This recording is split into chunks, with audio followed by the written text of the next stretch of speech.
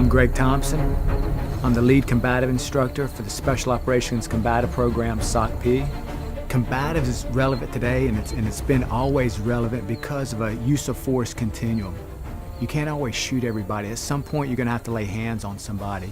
And when they want to fight or resist, and you may not have time enough for them to stall out, you may have to clear the next room, you're gonna have to go hands-on. It's too easy to give somebody a rubber knife and say, let's just fight.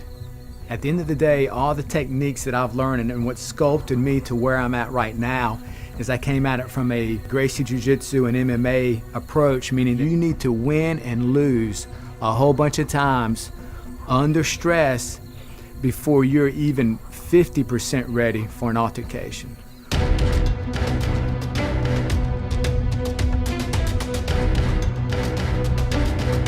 Okay guys, if the combatant happens to have what's called a strong lead, that's with the lead hand forward, let's say that your lead leg's forward as well.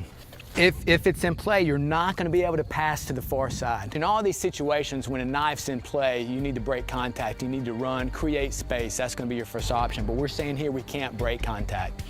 Also with this technique here, we're going to end up going for the armpit and the back of the elbow to control. You may get this technique, maybe he's pulling it out of your body here as it comes out. Instead of focusing so much on the wrist, which you can, you really need to get one hand on the back of the elbow. The back of the elbow is the only way you're going to be able to control that piston. Also too, on this particular technique, you want to step offline. So if the line of leverage between he and I is right here, center line, I want to move off of this line right here. As I cup his elbow, I'm going to move down to the base of his thumb and I'm going to lunge with a headbutt. I want my head between center line of his body and the dominant weapon, which the dominant weapon we're going to say is his weapon right now.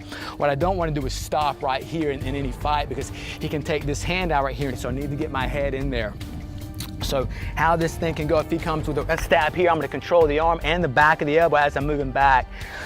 I'm going to lunge with a headbutt here to control him. This hand's going to snake through. When it snakes through here, I'm going to turn it slightly over at an angle. This hand's going to melt down. That way I can manipulate his arm a little bit better. If I stay right here, I cannot manipulate his wrist. As I melt down to here, I'm locking into here and I'm going to weigh this down.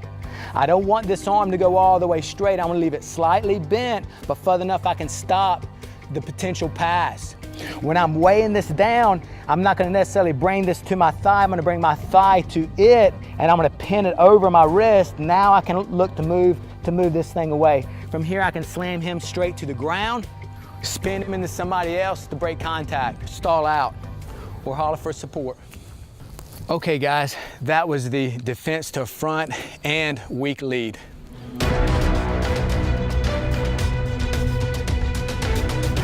And for me, whatever I give somebody, they have to be able to do 6 months later, and they may not have trained for it. So I may have them for a short window. I can't give them anything that does not relate directly to their training. Because in reality, you're going to get stabbed and you're not going to disappear. You're going to have trouble processing. That Rolodex of answers are now trying to solve another answer. You can't afford to do that. You have to condition your mind to say, okay, I'm in this fight. I'm not looking at what's happening. I have to deal with it, make sure I don't get stabbed again or cut again. But you're still going to be there until you bleed out. And it takes too long to bleed out. You don't know if it's the first stab or the 100th stab that's going to be the one. So you have to continue to keep fighting back.